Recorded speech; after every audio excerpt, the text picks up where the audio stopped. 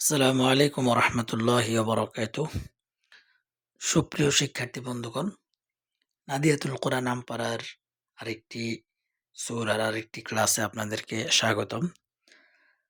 আজকে আমরা যে সূরাটি আপনাদেরকে শিখাবো সূরাটি হচ্ছে সূরাতুল আ'লা। চলুন আমরা শুরু করি। বিসমিল্লাহির রহমানির রহিম। বিসমিল্লাহির রহমানির রহিম। سبح اسم ربك الأعلى. سبح اسم ربك الأعلى. أعلى أعلى الذي. سبح اسم ربك الأعلى الذي خلق فسوى. سبح اسم ربك الأعلى الذي خلق فسوى والذي قدر فهدى.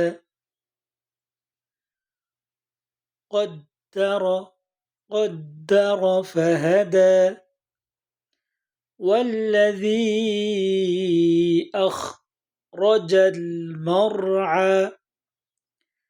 والذي أخرج المرعى فجعله غثاء أحوى. غثاء أحوى. আন কেন গুন্না হয় নাই?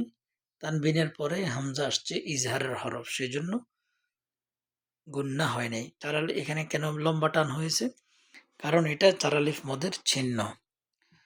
فجعله غثاء أحوى.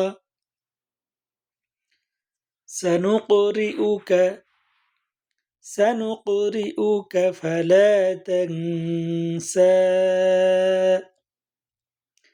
তিন আলিফ টান হবে। سنقرئك فلا تنسى. সবগুলো নিয়ম কানুন একটু কম করে বলছি, কারণ আপনারা শুরু থেকে যারা এ পর্যন্ত পড়ে এসেছেন অবশ্যই আপনারা বুঝতে পারতেছেন। এরপরেও যদি বুঝতে না পারেন অবশ্যই আগের সূরাগুলো থেকেও যদি না বুঝেন অবশ্যই কায়দা পড়তে হবে আপনাকে। ইল্লা মা শাআল্লাহ ইন্নাহু ইয়া'লামুল জাহরা ওয়া মা ইয়াখফা. إنه يعلم الجهر وما يخفى.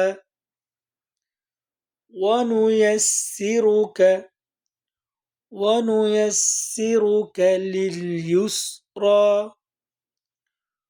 ونيسرك لليسرى فذكر إن نفعت الذكرى.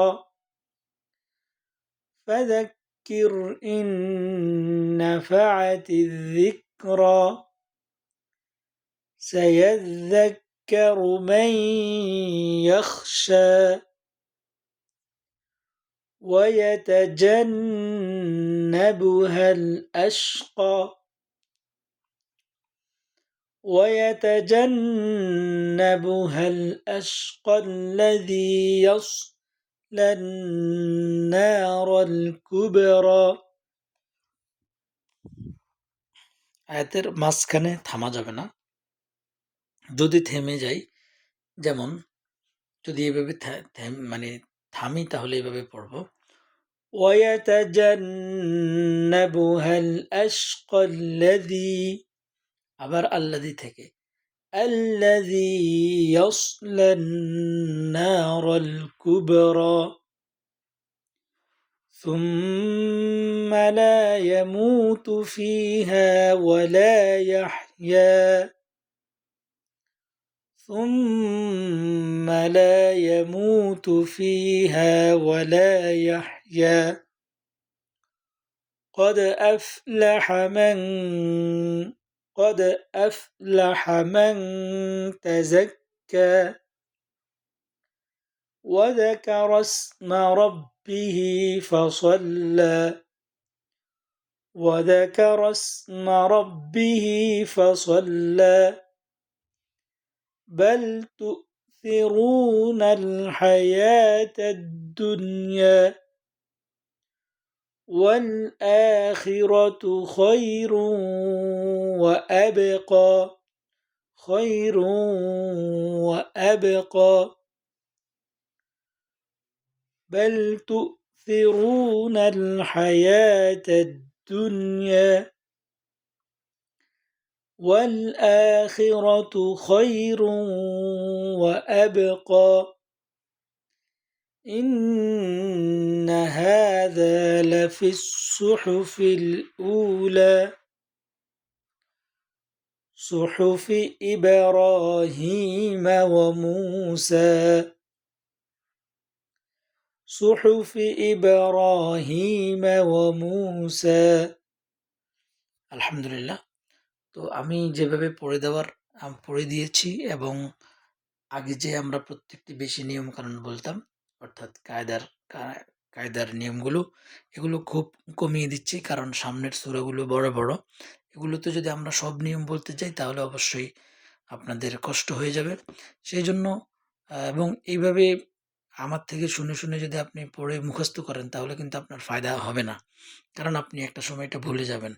আপনাকে ওই যে কায়দা যে আমরা পড়িয়েছি, কায়দার নিয়মগুলো থেকে শুরু করে এখানে আসতে হবে, তাহলে আপনি এগুলো কখনো ভুলবেন না এবং সুন্দরে পড়তে পারবেন। তো আল্লাহ রাব্বুল আলামিন যেন আমাদের সবাইকে কবুল করেন, আমিন।